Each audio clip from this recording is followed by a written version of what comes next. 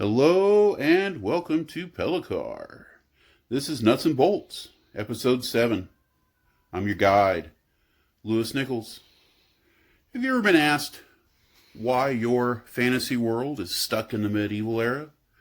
Why after thousands of years of rich history and development that people are still shooting each other with bows and riding horses? And why aren't they using, guns? Or why haven't they ever developed the gasoline engine?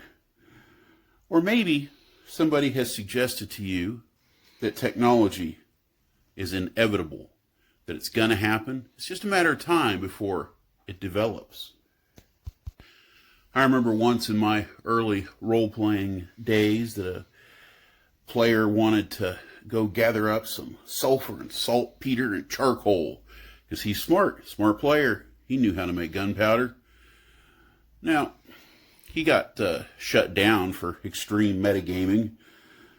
Never was allowed to happen. It's what we called using out-of-game knowledge back then, before metagaming was a term. But why would it be impossible if he did gather these things and mix them together? Would he change the entire world forever? These questions led me on a journey. Now, the first stop on this journey, which I'm sure I'm not the only one to have made, is, well, they don't need technology. They have magic. They're good with their bows and arrows. What do they need to do anything else for? Well, that only goes so far as an excuse, because there's always that one guy, that crazy dude that wants to break from the norm and try to invent something new. So what I came up with, which, me and a million other people, well, tech and magic, they just don't mix. If you have some magic in one hand and some technology in the other, it's just going to collide like matter and antimatter, and it's just going to all get ruined.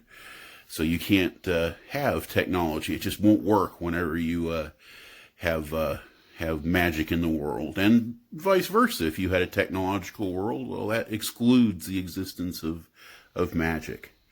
Now, obviously, there's some problems with that answer as well.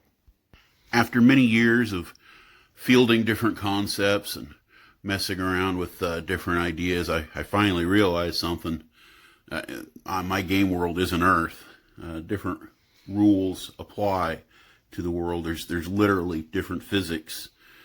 And first of all, you have essentially a superhero system where warriors go out and fight things and actually get stronger.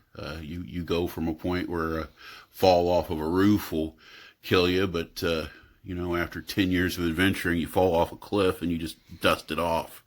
So obviously, things don't work the same way on a very basic premise. Now, you want to keep things real to an extent. You want to keep your world relatable, but you should never feel obligated to follow Newtonian physics by any means.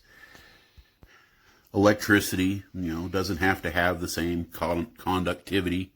Spinning copper around iron doesn't have to produce electricity, and it doesn't have to travel down wires. Combustion doesn't have to work the same way.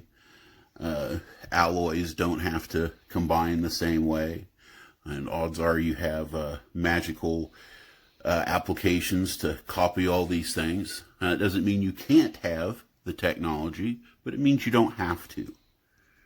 I would never tell another world builder how to create their world, but I would encourage everyone to occasionally review your assumptions. You don't have to figure it all out, but you certainly have to have some basic ideas. You need to know what's possible, even if nobody ever gets around to it. And you have to know what's not possible, just in case those PCs try. So, what am I talking about when I talk about technology in the context of Dresden's Tale? First of all, they're coming out of a dark age. They'd lost a lot of technology, a lot of techniques, a lot of secrets. They are only starting to recover in population, and to a point they can quit worrying about the very real possibility that they would cease to exist as a culture, and develop new things and stretch out across the plains. Second of all, you do have a strong tenet, the tenets of the duality, that is the basis of their technology. It's the core belief that is at their development of skills and the world around them. The three main branches of the duality of Keld skill sets, as far as craftsmen go, is woodworking, stoneworking, and metalworking. Now, as far as woodworking goes, they're in good shape.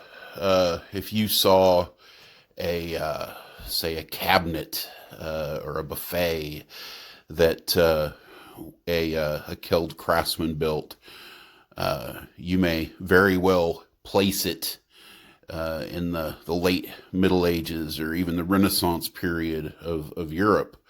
The things that they can do with wood is amazing, especially compared to the rest of their levels of ability. Part of that reasoning is from just availability of resources. They've had wood consistently through the Dark Ages. Another part of it is that it doesn't take a huge infrastructure to build a nice credenza or a table or a bed or any of the multitude of things that you would build from wood. When it comes to metal, it does take an infrastructure. You have to mine it, smelt it.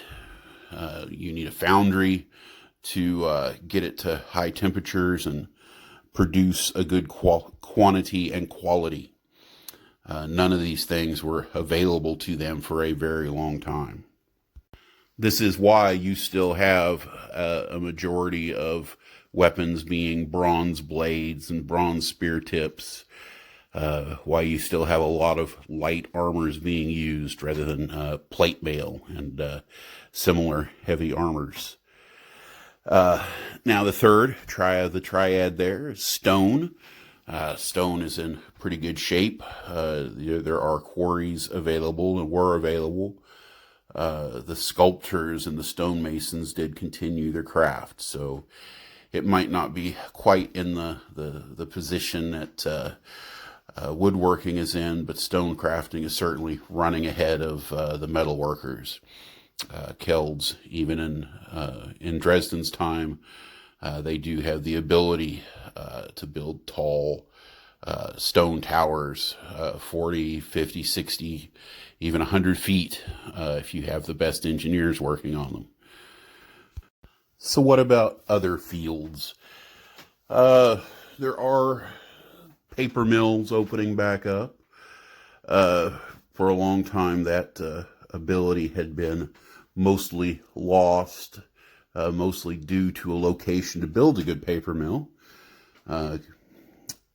You want to look at the history episode I did a few weeks back for a little bit more insight as to just how bad of shape the Kelds were in there for a while. So anyway, you're starting to see paper come back on the scene, bound books. There's certainly nothing like a printing press, but you do have a number of populace that are employed to copy manuscripts, and a decent number of Kelds warriors are literate. You have 3 crop rotation starting to be used again. Once again, it's not necessarily a lost knowledge, but they just didn't have the ability to use best practices because they didn't have the available farmland.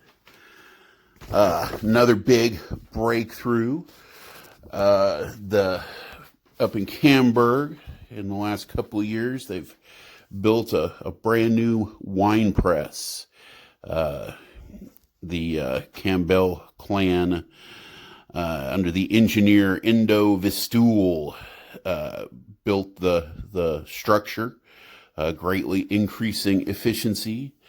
There was the usual cry from the wine stompers of how technology has taken their jobs, but I'm sure with such a population problem, they'll find new work. And on Moldav, just like it's true in the real world, technology and science innovation usually moves forward in little increments rather than breakthroughs. Wagons are getting better, spyglasses are getting stronger, map making techniques are getting better. People are building clocks again. Big town center affairs that take a lot of labor and a lot of effort, but they're slowly getting smaller. They're slowly becoming easier to produce. On the other hand, these shows are not necessarily becoming easier to produce, but I am enjoying it. It seems like every time I learn a little bit, then I add a little bit to my technique as well. I hope, like the technology of Pelicar, that making small, steady increases in their quality. I hope the show's getting better too. I hope to talk to you in the comments section. Leave a like, leave a comment.